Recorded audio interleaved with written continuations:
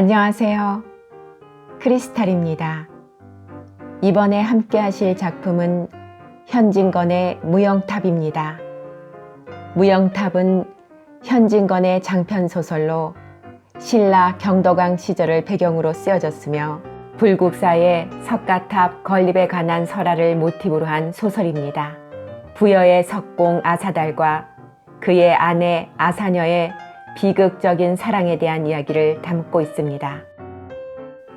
구독, 좋아요, 알림 설정 부탁드립니다. 65. 물동이를 부엌에 내려놓고 아사녀는 쏜살같이 아버지께로 뛰어들어갔다. 오래간만에 저를 찾아준 기쁜 생각을 한시바삐 병든 아버지에게 알려주고 싶었던 것이다. 아버지는 막 기침을 하고 나셨는지 헉헉하는 숨길이 턱에 닿고 번열이 난 탓으로 이불자락을 반나마 걷어젖혔는데 그 칼등같이 드러난 갈비뼈를 보매 아사녀는 지금 당장 꾸고 온 아름다운 꿈이 무참히도 부서지는 것을 느꼈다. 아무리 봄이 온다기로 이렇게 육탈한 아버지가 과연 회춘을 하실 것인가? 그렇게 기다리던 아사다를 만나보실 수 있을 것인가? 그래도 아사녀는 그렇게 좋은 공상을 단념하기에는 너무도 아까웠다. 아버지, 이제 봄이 와요. 아사녀는 무두무미하게 아버지의 귀에다 대고 부르짖었다. 작년 겨울부터 귀까지 절벽이 되어서 작은 말 같은 알아듣지 못하는 아버지였다. 아버지는 감았던 눈을 번쩍 떴다. 무슨 보에 쌓인 듯이 흐릿해 보이는 그의 안광이 이때 생기가 도는 듯 하였다. 응, 누가 와? 아사다리가 와? 하고 올강볼강하는 팔꿈치로 한 옆을 짚고 힘을 부진부진 준다. 그는 분명 몸을 일으키려고 애를 쓰는 모양이었다. 아니에요. 아사달님이 온다는 게 아니에요. 봄이 온다는 말씀이에요. 강물이 다 풀리고. 봄이 와? 부석은 싱겁다는 듯이 떠들썩하게 쳐들었던 몸을 매다 붙이듯 가라앉히고 만다. 얼음장이 풀리고 물이 제법 졸졸 소리내고 흘러요. 부석은 자기에게 아무 상관이 없다는 것처럼 스르르 눈을 다시 감아버린다. 봄이 오면 그 몹쓸 병환도 나으실 게고. 봄이 온다고 내 병이 나을 듯 싶으냐? 그러면요, 일기만 따뜻해지면. 부석은 고개를 흔들었다. 고개를 흔들었다느니 보다 차라리 흔드는 신용을 해보였다. 그리고 역정이 몹시 날 때 하던 버릇으로 눈썹을 치켜 올리고 그 영체 없는 눈으로 잔뜩 천장을 노렸다. 봄이 온다는 말이 이렇게도 아버지 귀에 거슬릴 줄이야. 아사녀는 한참 무료하게 앉아 있다가 문득 아침밥이 늦어가는 것을 생각하고 몸을 일으켰다. 아침밥을 짓는 데야 아버지는 미음을 끓여드리고 밥 먹을 이는 저 하나뿐, 그리고 누룽지 치우어줄 삽살이 한 마리, 신신치 않은 일이나마 문병 오는 제자들이 달겨들기 전에 아침밥을 먹어 치워야 한다. 아사녀는 막 방문을 열고 나가려 할째 부석은 매우 못마땅한 눈치로 거의 흘겨보다시피 돌아본다. 말은 안 하여도 나 혼자 남겨놓고 또 어디를 가느냐? 하고 꾸짖는 것 같았다. 아버지는 요새 와서 걸핏하면 화를 내시고 더구나 아사녀가 곁을 떠나는 것은 질색이었다. 어질고 자상스럽던 성미도 병에 부대끼어 변해진 듯 하였다.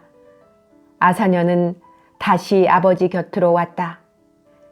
아버지, 잠깐만 혼자 계십시오. 아침밥을 짓고 들어올게. 아사녀가 다시 들어오자 아버지는 돌아 누워 버리고 아른 채도 하지 않았다. 네, 아버지. 아침을 지으러 나가야 되지 않아요. 그래라. 하고 대꾸는커녕 고개까지 끄덕여주지 않았다. 네, 아버지. 저는 나가봐야. 또 한 번 재우쳐 보았건만 아버지는 눈까지 감고 제 딸이 거기 서 있는 것조차 잊어버린 것 같았다. 아사녀는 망단하여 서성거리며 아버지의 축난 얼굴을 물끄러미 들여다보았다. 그 푹 꺼진 눈자 위에 눈물이 펑하니 고이어 오른다. 아버지, 아버지. 아사녀는 억색하여 부르짖었다. 그래, 봄이 오면 아사달이 온다더냐. 다시 눈을 뜨는 아버지는 눈기와 눈초리가 깊은 탓인지 눈물은 흔적도 없이 잦아져서 방장 우신 것 같지도 않으나 그 말소리는 몹시 떨렸다. 그러면 아버지도 자기와 꽃 같은 생각을 가지고 계셨던가. 오고 말곱시오. 떠난 지 벌써 3번째 봄이 오는데. 세 번째 봄이 완구히 오기 전에 아사다리가 와야 될 텐데, 요 며칠 안에 아사다리가 와야 될 텐데. 아사녀는 무슨 뜻인지 잘 알아차릴 수 없었다. 요 며칠 안에 암만 해도 너 혼자 남겠구나.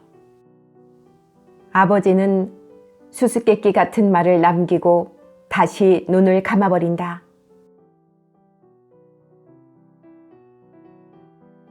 66. 부석은 자기가 염려하던 바와 같이 그 봄이 채 다 못 와서 썩은 나무가 물 오르기 전에 부러지듯이 세상을 떠났다. 죽기 전 며칠은 제법 정신기가 돌아났다. 신육만 보이던 그 악작한 기침도 도수가 줄어진 것 같고 담 끓는 소리도 한결 나은 듯 하였다. 하루아침은 물을 길러 나가려는 아사녀를 눈으로 불렀다. 곁에 와 앉은 딸을 퀭한 눈으로 치어다보며 자꾸 안간힘을 쓴다. 아버지, 아버지, 왜 이러서요? 팔뚝 전체로 방바닥을 짚고 모로 다리를 꼬는 병인을 보고 아사녀는 또 무슨 변이 생기는가 하고 질겁을 하며 부르짖었다. 왜 이러서요? 아버지, 글쎄 아버지, 가만히 좀 누워 계서요. 그래도 병자는 부진부진 혼자 애를 쓰다가 일으켜, 나를 좀 일으켜 하고 버르적거린다. 아휴, 큰일 나게. 안 됩니다. 안 돼요. 몸을 움직이시면 또 몹쓸 기침이 나게요. 아사녀는 질색을 하였다. 내 딸아, 아사녀야, 나를 좀 일으켜다오. 한참 기를 쓴 탓에 지쳤던지 숨을 모두 끓여 쉬며 마치 애원이나 하는 것 같다. 숨길이 이렇게 가쁘신데 일어나셨다가 덧치시면 어떡하게. 누워있으니 답답해. 어휴, 답답해. 일으켜라. 일으켜 좀. 글쎄 안 됩니다. 안 돼요. 병하니. 병은 이제 다 나았다. 나를 일으켜라. 응, 아가. 비두발괄이나 하는 것 같다. 이 안타까운 청을 아니 들으랴 안 들을 수가 없었다. 아사녀는 두 손을 병자의 등 밑으로 넣었다. 손에 만져지는 아버지의 살은 마치 물기 도는 바위와 같이 엄청나게 무겁고 미끈거렸다. 아사녀는 제 팔이 청근들이 쇳덩이나 얹힌 것처럼 휘어지는 것을 느끼는 순간 아버지는 뜻밖에도 거뿐하게 일어나 앉는다. 아사녀는 병자가 쓰러지지 않도록 이불을 둘레둘레 모아 아까 옆을 두리거리고 뒤에는 안석 삼아 두둑하게 고였다. 아니나 다를까 아버지는 일어앉기가 무섭게 한바탕 된통 기침을 하였으나 그 몹쓸 고통도 잊은 듯 그 눈물이 펑한 눈으로 웃어 보이었다. 오래간만에도 그 엉덩그려 붙인 얼굴을 펴는 웃음살, 한번 일어나 보시는 것을 이렇듯 신기해하시고 기뻐하실 줄이야. 그런 줄 알았더면 진작 일으켜 드릴 것을. 아사녀도 눈물겹도록 그 웃음이 반가웠다. 하마터면 깨어질 듯하던 제 환상이 그대로 들어맞은 것이 어떻게나 기쁜지 몰랐다. 봄이 온다.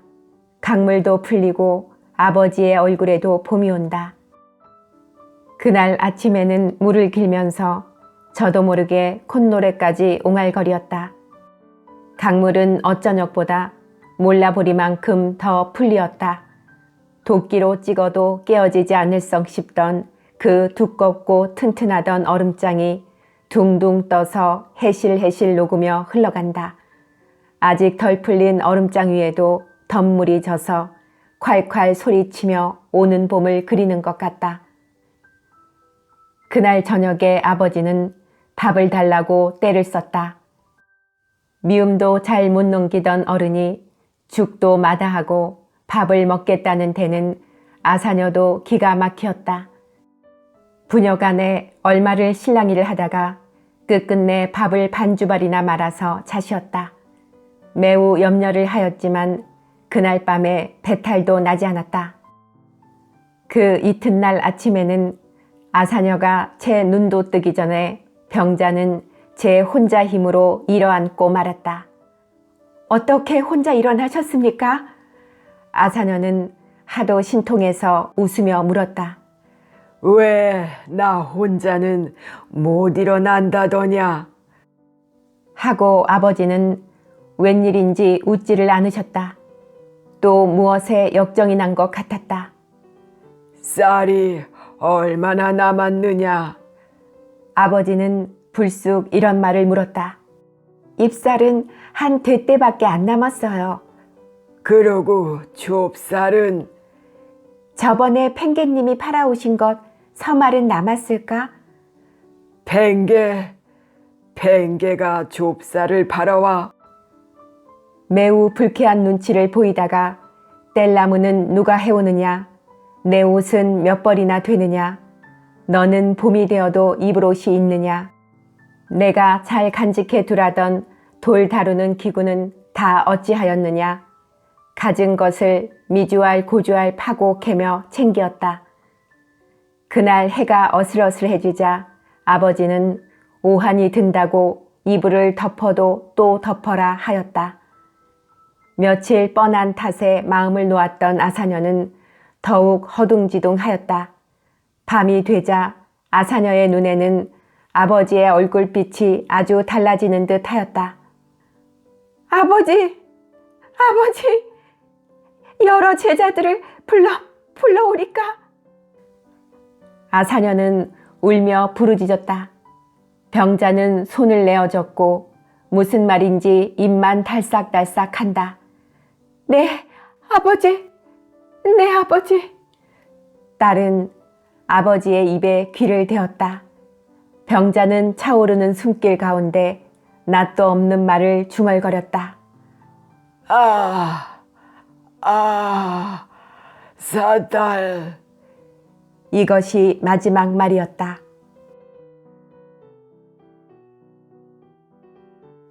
67. 초종은 여러 제자들의 운력으로 어렵지 않게 치를 수 있었다. 그 중에도 가려운데 손이 닿도록 오밀조밀한 팽개의 힘이 더욱 크고도 곰살구졌다. 얼른 보기에 덜렁하고도 투미할 듯하던 그가 큰일을 당함에 이대도록 차근차근하고 자상스러울 줄은 정말 뜻밖이었다. 그는 아사녀가 입을 상복의 치수까지 아는 듯 하였다. 어느 때 어떤 절차로 절을 하고 곡을 하는 것까지 또박또박이 알리었다. 재수에 드는 것은 하나도 빼어놓지 않을 뿐인가. 고기가 얼마, 생선이 얼마, 심지어 여러 가지 가실 개수까지 남고 모자라는 것이 없도록 분별해서 사들이었다. 그리고 상청에 들어서면 어느 제자보다 가장 설게 울었다. 울음이 끝난 뒤에 여러 제자들은 아사녀를 위로하는 척하고 둘러앉아서 지싯지싯 실없는 수작도 덜어는 꺼내었지만 그는 제 할 일만 끝나면 선선히 일어서서 사랑으로 나가버렸다. 그의 아사녀에 대한 태도는 너무 점잖아서 오히려 대면대면한 편이었다. 장달과 싹불 같은 다른 제자들은 아사녀와 말 한 번 주고받을 기회만 얻으면 할 말을 다하고 난 뒤에도 딴청을 부리고 수작을 질질 끌려 하였다. 그러나 절차를 어떻게 할 것과 흥정을 어떻게 할 것 등으로 아사녀와 접촉할 기회가 가장 많은 팽개는 단 한두 마디로 일을 처리할 뿐 아사녀를 거들떠 보지도 않았다. 아버지마저 여의고 홀로 남은 아사녀, 의지할 곳 없는 아사녀, 호라비의 손을 망정, 귀히 고이 자라나고 풍파란 겪어보지 못한 아사녀, 아직도 나이 23, 세상 물정을 모르는 그는 팽개의 이 행동이 어떻게 고마운지 몰랐다. 어떻게 든든한지 몰랐다. 슬픔과 서름이 겹겹이 쌓인 중에도 날과 달은 흘렀다. 엉덩둥 장사도 지났다. 닥쳐오는 하루하루, 휘젓하고 무서운 하루하루가 한 달, 두 달이 되었다. 장달, 작지, 싹불, 웃보는 번차례로 혼자 오고 둘이 오고 대들고 대나며 아사녀를 찾아주었다. 외로운 그이거니 그들의 오는 것이 반갑지 않음이 아니지만 그 눈치와 말투들이 괴란쩍을 때가 많았다.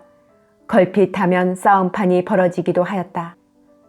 하루는 꼭두 식전에 장다리가 그 길다란 키를 휘영휘영 흔들며 들어오다가 먼저와 앉아있는 웃보를 보고 요 녀석이 어느 틈에 벌써 왔어?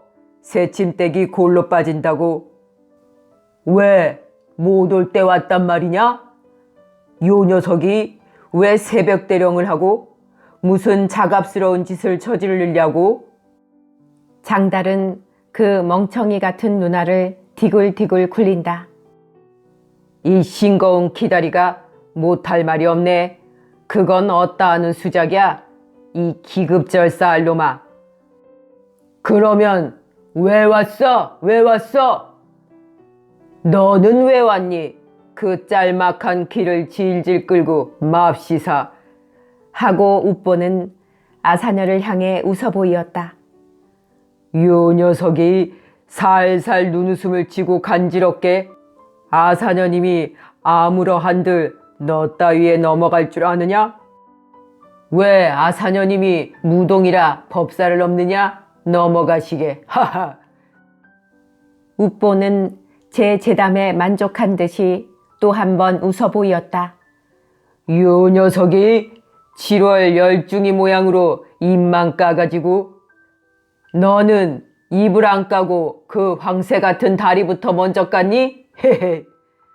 요 녀석이 또 웃어? 요 녀석아, 네가 그 웃음으로 건넌마을 술청 갈보는 호려내었지만도 이 얼간이 망둥이 같은 녀석을 그대로 내버려 두니까. 웃보는 눈살을 꼿꼿이 세우더니만 대번에 장달의 따기를 갈겼다. 장달이 화다닥 일어서자 웃보도 발딱 몸을 일으켰다. 장달은 그 휘청휘청하는 긴 팔을 늘이어 웃보의 멱살을 잡았다. 웃보는 그 턱 밑에서 뺑뺑 돌며 그 작달막한 다리로 후당퉁탕 장달의 허벅지를 차느라고 애를 썼다. 장달은 멱살을 잡은 손에 힘을 주며 웃보를 회술래를 돌리었다. 웃보는 깡충 몸을 솟구치듯 하더니 그 여무진 대가리로 장달의 턱을 냅다 받았다. 아야야! 장달은 비명을 치고 멱살을 놓자 이번에는 웃보의 어둥거리는 다리가 정통으로 허벅지를 내리지르고 작으나마 세찬 주먹이 장달의 안가슴을 쥐어 질렀다. 허! 외마디 소리를 지르며 그 꾸부정한 등을 훨씬 펴는 듯 하더니 그대로 털썩하고 나둥그라졌다. 이를 어째? 이를 어째? 아사녀는 쩔쩔매며 자빠진 장달에게로 또 달려들려는 웃보의 팔뚝에 매달렸다. 놓아주세요! 놓아주세요! 이런 놈은 버릇을 단단히 아르켜 놓아야. 웃보는 무엇이 그리 분한지 어깨숨을 쉬며 몸을 부르르 떨었다. 68. 장달과 웃보가 싸웠다는 소문은 대번에 좌하고 퍼졌다. 한 입 두 입 건너는 동안에 터무니없는 기가 달리고 발이 붙어서 소문은 별별 괴란쩍고 망측스러운 형상을 갖추게 되었다. 웃보가 턱걸이를 하는 바람에 장달의 턱이 떨어지고 말았대. 웃보란 놈이 키는 작아도 다부지기는 무섭지. 그 키다리가 나가 떨어지는 걸 좀 봤더면 정말 장관이었을 텐데. 아무리 하면 근력이야 장달을 당할 수가 있나. 그 검센 주먹으로 내리쳐서 웃보의 갈비뼈가 부러졌대. 아마 2개가 부러졌다지. 아니야, 3개래. 부러진 갈빗대 수요까지 따지며 살가죽을 헤치고 보고 나온 듯이 말하는 위인도 있었다. 대체 싸움은 왜 했다는 거야? 입대 그것도 모르시오? 그야말로 종일 통곡의 부지하 마누라 상사격이구려. 장다리가 막 들어서니까 웃보가 아사녀를 끼고 앉았더래. 저런 망할 녀석을 봤나? 아니야, 그 싱거운 기다리가 새벽같이 달겨들어 채 잠도 안 깬 아사녀에게 덤벼들었대. 그 코끼리 같은 놈이? 그래, 그걸 보고 웃보가 후려 갈겼다나 봐. 웃보란 놈은 새벽에 뭐타러 아사녀한테 갔던가? 그야 모르지. 아니래, 웃보가 먼저 가 있었대. 장다리가 먼저 갔대도 그러네. 그야 어느 놈이 먼저든지 똑같은 놈들이지. 그는 그래. 아무튼 아사녀가 큰일 났군. 아사달이란 놈은 한 번 가더니 죽었는지 살았는지 소식도 없고 아비마저 죽고 없으니 그 젊은 것이 탈이 아니날까? 그 승냥이 떼 같은 제자놈들이 그냥 둘 리 없지. 이쁘기나 여간 이뻐야지. 이놈, 너도 생각이 다르구나. 말이야 바른 말이지. 침이 그대로 꿀떡꿀떡 넘어가는 걸 뭐. 손바닥만한 동리에 늙은이 젊은이 할 것 없이 묻 있길에 아사녀의 이름이 오르내리었다. 제자들은 아사녀에게로 달려와서 제각기 붕괴한다. 그놈들이 어디에 싸움할 데가 없어서 여기를 와서 치고받고 하다니 고약한 놈들 같으니.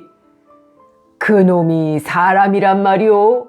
스승의 상청이 바로 여기 있는데 돌아가신 스승의 눈에 채 흙도 들어가기 전에 그 외동 따님을 놀려대다니 똥으로 쳐 죽여도 시원치 않을 놈들 같으니.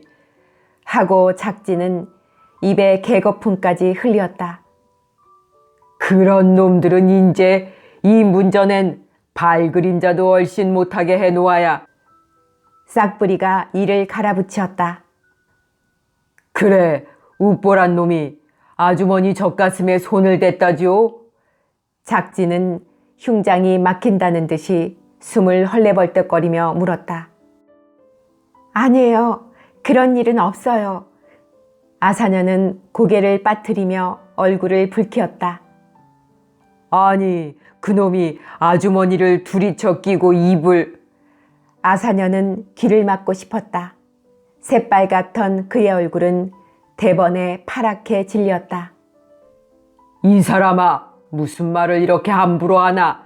설마 그럴 리야 있겠나? 그럴 리가 다 무앤가?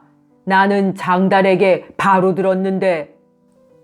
아니라네. 나는 우뽀에게 들은 말이지만 장달이란 놈이 아주머니를 무릎 위에 올려놓고... 아사녀는 그 자리에 고꾸라질 듯 하는 몸을 가까스로 버티고 있었다. 이럴 때에 팽개라도 왔으면 싶었다. 그가 왔으면 이 무도한 자들을 물리쳐 줄 것 같았다. 저희들끼리는 서로 뜯고 으르렁거려도 팽개의 앞에는 고개를 못 드는 그들이었다. 그러나 팽개의 발길은 너무도 드물었다. 그는 특별한 일이 없이 결코 아사녀를 찾지 않았다. 그리고 올 적마다 빈손으로 오지 않았다. 쌀이 떨어질만 하면 영락없이 쌀을 팔아가지고 오고 나무가 거의 다 없어져서 오늘 저녁을 어떻게 하나 할 때에는 기별이나 한 듯이 나무를 꾸려가지고 왔다. 하다못해 고깃매와 생선말이라도 들고야 왔다. 온다 해도 방에는 말할 것도 없고 마루에도 잘 올라앉지 않았다. 아무리 아사녀가 권하여도 마루 끝에 그냥 걸터 앉았다가 그대로 일어서 버렸다. 말을 한대야 집안 두량에 관한 말뿐 별로 다른 수작이 없었다. 다른 제자들은 오기만 하면 눌어붙고 상없고 무참한 소리를 거침없이 지절거리는데 진절머리가 난 아사녀에게는 그가 마치 거룩한 부처님같이 보이었다. 너무 설면설면한 것이 도리어 야속할 지경이었다. 69. 기다리고 기다리던 팽개는 그날 다 저녁 때나 되어서 매우 침통한 얼굴지로 나타났다. 아사녀는 반색을 하며 일어나 마루 끝까지 나와 맞았다. 어서 오세요. 올라오세요. 그러나 팽개는 그 말에는 대답도 하지 않고 석고대죄나 할 사람 모양으로 두 손길을 마주잡고 허리를 구부리고 선 채 이윽이 말이 없다. 지금까지 시끌덤벙하던 뭇 아가리들도 제갈 먹인 말처럼 쭉 닫혀주고 말았다. 나이 탓도 탓이려니와 워낙 얻어먹은 것이 있기 때문에 그들은 팽개라면 꿈쩍도 못하였다. 더구나 오늘같이 된 소리 안 된 소리 떠들고 있다가 팽개의 엄숙한 거동을 보매 더욱 찔끔을 한 것이었다. 한참 만에야 팽개는 무거운 입을 열었다. 아주머님, 세상에 이런 변이 어디 있겠습니까? 오직이나 놀라셨을까? 모든 것이 내 불찰입니다. 그런 놈들을 단속을 못한 내 잘못입니다. 무슨 낯으로 아주머님을 뵐까? 왜 팽개님 탓이에요? 왜 팽개님 탓이에요? 하고 아사녀는 억색하여 한 말을 되풀이하며 무애라고 뒤끝을 맺을지 몰랐다.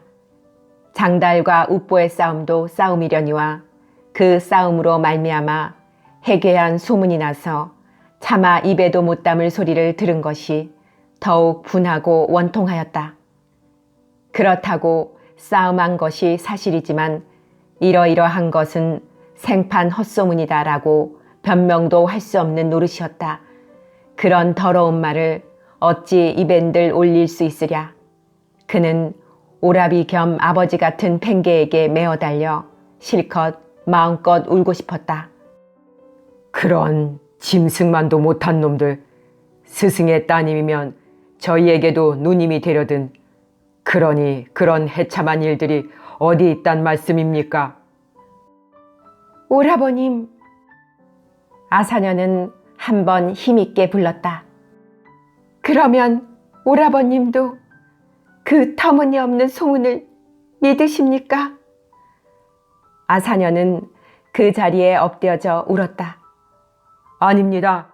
아닙니다. 팽개는 제 말이 조금 지나친 것을 깨닫고 당장에 돌려대었다. 내가 왜 그 종작 없는 소문이야 믿겠습니까?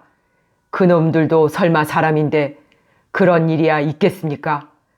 내 말은 그놈들이 아주머니께 어쩌고 저쩌고 했다는 것을 가리키는 게 아니라 아주머님 앞에서 말다툼인들 왜 하느냐 말입니다. 더구나 치고받고 하다니 그런 해참한 일이 어디 있겠습니까? 팽개는 10년 공부가 나무아비 타블로 돌아갈 것을 염려하는 사람으로 뿌옇게 변명을 늘어놓았다. 우리 아주머님 앞에 언감생심인들 그놈들이 그럴 리야 만무하고 말고 내가 미쳤다고 그런 소문을 꿈엔들 믿겠습니까? 얼락누글락하는 제 변명에 아사녀가 솔깃해지는 눈치를 차리자 팽개는 슬쩍 싹불을 보고 눈짓을 하고 나서 다들 사랑으로 나가! 불호령을 내리며 눈으로 휘몰아내듯이 좌중을 불아리었다. 싹부리가 무엇에 튕기는 듯이 발딱 일어나 서며 자, 우리가 여기서 이렇게 떠들고 있을 게 아니라 일어서 나가세! 하고 제가 먼저 마루에서 내려선다. 여러 제자들도 쭉 따라 일어서는 수밖에 없었다. 팽개의 일령 지하에 찍소리도 못하고 움직이는 광경이 아사녀의 눈에 팽개를 여러 곳 돋보이게 한 것은 말할 나위도 없으리라. 장사를 치르고 난 뒤에 묵혀둔 사랑에는 먼지가 켜켜이 앉았다. 싹볼은 앞장을 서서 비를 들고 나가서 부산하게 쓰레질을 하였다. 팽개의 명령으로 장달과 읍보도 불려왔다. 당사자 둘을 대면을 시키고 그 획변을 듣자는 것이었다. 여러 제자들은 그 두 사람을 치훑고 내리훑어 보았으나 장달의 턱도 그대로 붙어있고 읍보의 갈비뼈가 부러졌다는 것도 새빨간 거짓말인 듯 하였다. 팽개의 문초에 그들은 서로 손찌검을 저편에서 먼저 하였다고 빡빡 세우며 끝장이 나지 않았다. 너희 놈들끼리 손을 먼저 대고 나중댄 것은 여벌 문제다. 아사녀에게 손을 먼저 댄 놈이 어느 놈이냐? 팽개는 원님보다 더 무섭게 호령하였다. 어느 놈이냐? 어느 놈이야? 몇몇 제자들도 목에 핏대를 올리며 부르짖었다. 기실 두 놈이 싸운 것보다 이 문제가 그들에게 가장 크고 가장 흥미가 있었던 것이다. 누가 아사녀에게 손을 대요? 장달은 무슨 영문인 줄도 모른다는 듯이 도로 묻는다. 이놈, 읍보, 너는? 이 기다리가 아사녀 듣는 데서 내가 술청 갈보로 호려내었다고 해서 이놈아, 누가 술청 갈보 말이냐? 아사녀 말이지? 그놈 멀쩡한 놈 왜 갈보 얘기를 끄집어낼까? 그래 이놈아, 내 눈은 아사녀가 갈보로 보이더냐? 그놈 혓바닥을 끊어놓아라. 여럿이 욱대기는 바람에 읍보는 얼굴이 노래지고 변명 한마디 못하였다. 아무튼 두 놈이 다 같은 놈이니 이후로는 스승의 문전에는 발그림자도 못하도록 결말을 지었다. 70. 제절제절 제비가 지저귀는 소리에 아사녀는 잠이 깨었다. 가뜩이나 수수산란한 심사가 장달과 읍보의 사건으로 말미암아 더욱 어지러워져서 한정만 자고 나면 도무지 잠이 오지를 않았다. 아사달이 집에 있고 아버지 생전에는 누가 동여가도 모르던 잠이었다. 그러던 것이 남편이 떠나면서 잠마저 가져간 듯 난생 겪어보지 못한 잠 안 오는 밤이 이따금 그를 찾게 되었다. 첫 이별의 쓰라린 맛도 견디기 어려운데 소태 같은 불면증까지 그를 괴롭게 할 줄이야. 그러나 그것도 한 해, 두 해 지나가자 고달프고 고소한 잠이 다시 애절문 그를 찾아왔더니만 아버지마저 세상을 떠나심에 슬픔과 서름도 둘째, 셋째요. 첫째, 휘젓하고 무서운 증이 나서 또다시 잠을 이룰 수가 없었다. 금방 들다가 금방 깨고 코 한번 옳게 못 골아보고 훤하니 박는 수도 항다반 있게 되었다. 더구나 아찔은 삽사리까지 허덕대고 짖는 것이었다. 그 컹컹한 소리만 들으면 아사녀는 질겁을 하고 일어앉았다. 간이 콩만해지고 가슴은 까닭없이 똑딱거린다. 누가 오나? 이런 생각을 하면 괜히 머리끝이 쭈뼛해지고 마음이 오마조마하였다. 햇구멍 막히기가 무섭게 닫아 걸었지만 문새들이나 잘 걸려있는지 방안을 두리번 살피기도 하였다. 혹시 아사달님이 오시나? 문득 이런 생각이 떠오르면 아무리 무서워도 기어코 방문을 바시시 열어보아야 직성이 풀리었다. 텅 빈 뜰에 달 그림자만 어른거릴 때도 있고 또는 바람이 일렁일렁 불어일기도 하였다. 어느 때는 캄캄한 밤에 아무것도 보이지 않고 아무것도 들리지 않는데 개는 이리 오르르 저리 오르르 뛰어다니며 세차게 짖었다. 하도 여러 번 속아서 인제 개 짖는 소리도 시들해지고 혼자 자는데 단련이 되어 어찌하면 잠도 곧잘 오게 된 판에 그 지긋지긋한 사단이 벌어졌다. 이럴까 저럴까 천가지 만가지 사려에 어젯밤도 고스란히 밝혔다가 새벽녘에야 잠깐 눈을 붙인 것이 해가 돋도록 지나쳐 자고야만 것이다. 방문을 열고 나와봄에 제비 2마리가 빨랫줄 위에 납신 올라앉아서 추녀 끝을 쳐다보며 그 어여쁜 대가리를 갑신거리며 연상 제잘거린다. 햇빛을 담속 안고 그 흰 뱃바닥과 남빛 날개는 윤이 자르르 흐른다. 아사녀는 가벼운 하품을 한번 하고 그 혀를 돌돌 말아붙이고 꽈리를 불어 터뜨리는 듯한 소리를 어느 때까지 듣고 있었다. 아버지가 돌아가시기 며칠 전에 움트기 시작한 봄은 벌써 활짝 피었다. 제비도 옛집을 찾아오는데. 아사녀는 날짝지근한 몸에 기지개를 한바탕 늘어지게 켜면서 혼자 생각하였다. 아사달은 웬일일까? 늦잡아도 이태면 이룩될 탑이거늘 어째 이때 오지를 않는가? 올 때 지난 지가 벌써 오래이거든 어째 온다는 낌새조차 보이지 않는가? 오늘따라 아사녀는 아사달의 생각이 더욱 간절하였다.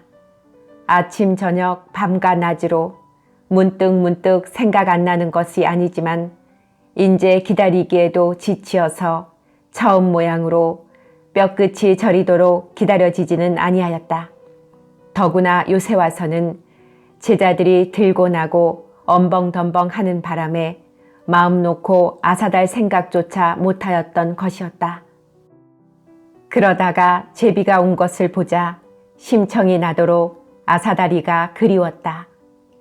제비도 왔으니 그도 오려나. 불현듯 이런 예감이 그의 뒤숭숭한 머리를 스쳐 지나간다. 그도 오늘은 꼭 올 거야. 꼭 올 거야. 마침내 스스로 단정을 해버렸다. 세상 없어도 오늘이란 오늘은 아사다리가 터덜거리고 들어닥치고야 말 것이다. 금시로 들어설 듯 하여 살인문을 내다보고 또 내다보았다. 어서 밥을 지어놓아야. 그는 불이 나게 물을 깃고 쌀을 씻어 지었다. 밥솥에 불을 지피면서도 몇 번을 내다보곤 하였다. 밥을 다 지어놓고 아사달의 몫으로 밥 한 그릇을 떴다.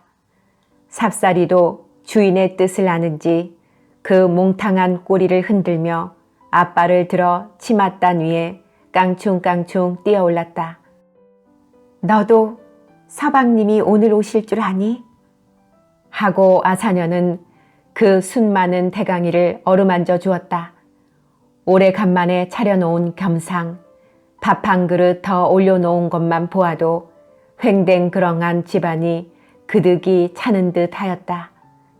밥상을 차려다 놓고 행길에 나와서 서울길을 눈이 빠지도록 바라보았다. 내가 미쳤나? 다시 들어와 숟가락을 들었으나 목이 메어 밥이 넘어가지를 않았다. 설마 오늘 해 안으로야. 그래도 아사녀는 희망을 잃지 않았다.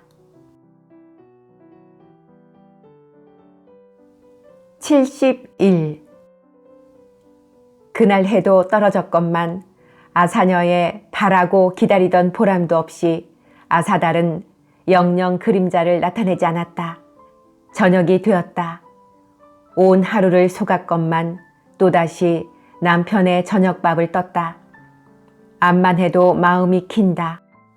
이대도록 마음이 키이기는 갈린 지 3년 만에 처음인 양 하였다. 세상 없어도 오늘 밤에는 들어닥치고야 말 것 같았다. 하필 오늘 제비가 날아오고 아침밥 뜨는 것을 보고 삽살이가 꼬리를 흔들며 좋아라고 뛰던 것이 심상할 까닭이 없다. 온다, 온다. 아사달은 분명히 온다. 어둑한 밤길을 재촉하며 허위허위 걷는 아사달의 모양이 자꾸만 눈에 밟히었다. 어디만큼 오시는가? 방장 숫제를 넘어서시는가? 입대 숫제를 넘어서야 될 말인가? 그야말로 오밤중에나 들어오시게? 아사녀는 고개를 살래살래 흔들었다. 숫제는 오늘 낮에 넘어섰으리라. 도둑놈이 덕식을 한다는 그 험한 죄를 이 밤에 넘으실 리 만무하다. 하마 고란사 앞을 지나시는지 모르리라. 벌써 버드나무골 여우를 건너 우리 마을 골목으로 휘어잡아 드신지 모르리라. 장사 지내고 남은 초로 불까지 환하게 켜놓고 아사녀는 턱없는 공상에 잦아졌다. 오늘 밤 따라 삽살이도 철이 났는지 수선도 피지 않고 허청으로 짖지도 않는다. 비록 미물일망정 제 주인의 발자취 소리를 들으려고 귀를 쫑긋거리고 있는지 모른다. 아사녀는 운목에 묻어놓은 밥그릇을 몇 번 다독거리고 몇 번을 만져보며 귀에 정신을 모으고만 있었다. 어젯밤에 잠을 설친 탓인지 또는 외골수로 정신을 모은 탓인지 이내 꾸벅꾸벅 졸며 쓰러졌다. 손으로 밥그릇을 부둥켜 쥔 채로. 얼마 만에 아사녀는 번쩍 눈을 뜨고 질겁을 하며 일어났다. 분명히 아사달님을 기다리고 있었는데 어느 틈에 잠이 들었는가? 속으로 속살거리고 아무도 없는 방 안을 휘 둘러보며 무안한 듯이 해죽이 웃었다. 잠을 깨우려 하면 할수록 게름이 길길이 나고 두 눈은 좋아붙는다. 살인문을 단단히 걸어두었는데 만일 내가 깜빡 잠이 들고 정작 아사달님이 돌아오시어 문을 두드려도 모르면 어떡하나. 졸린 중에도 이런 생각이 떠오르자 그는 정신을 차리고 몸을 일으켰다. 그는 문간으로 나갔다. 잠 오는 품이 암만 해도 한 번 잠이 들면 좀처럼 깨어날 것 같지 않다. 차라리 자물쇠를 열고 문고리를 벗겨두는 것이 나을성 싶었다. 자물쇠를 열어가지고 들어와 보니 또 허순해서 도무지 마음을 놓을 수 없다. 문을 열어놓다시피 하고 홀로 자다가 무슨 변이 정말 생기면 그야말로 큰일이 아닌가. 자물쇠를 쥐고 한참 망단에 하다가 마침내 다시 나가서 채우고 들어왔다. 잔뜩 정신만 차리고 잔다면야 설마 그렇게 잠기가 어두울까? 사면이 솔가지를 되는 대로 막아놓은 엉성한 울타리지만 살인문이라도 잠가놓으니 아까 열어놓은 때보다 한결 든든하였다. 그 대신 밤마다 닫아 걸던 방문 단속을 그는 잊어버리고 말았다. 꽃기오, 어디선지 첫 딸기 운다. 달기 울어도 안 오시네. 그는 소리내어 종알거렸으나 반은 잠꼬대였다. 잠을 설자리라 하고 여러 번 마음에 새겼지만 변으로 고단한 잠은 요도 안 깔고 쓰러진 그의 몸에 나른하게 퍼지었다. 앞뒤 정전을 돌며 캥캥하고 사납게 짖는 삽살이 소리를 듣고 잠결에도 인제야 아사달님이 오시는가 보다 생각을 하고 요개 하고 손까지 내저었으나 꼬박꼬박 오는 잠은 쉽사리 물러서지를 않았다.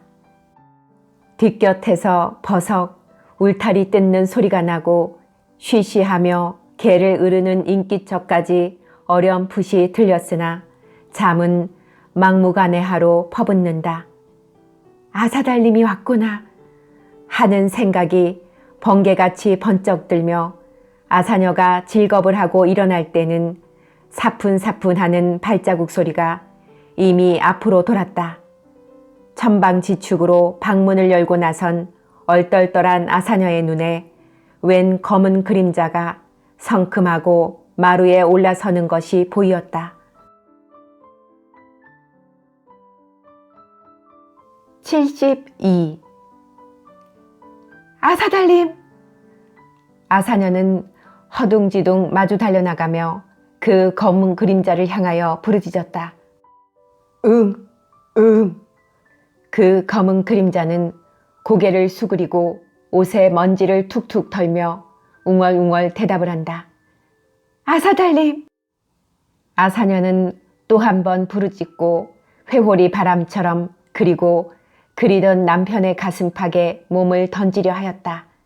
그 순간 그 검은 그림자는 슬쩍 몸뚱이로 모로 돌리고 왼팔을 꾸부정하게 들어 옆으로 어색하게 아사녀를 껴안으며 오른손으로 눌러쓴 번거지 차양을 밑으로 잡아 느리었다.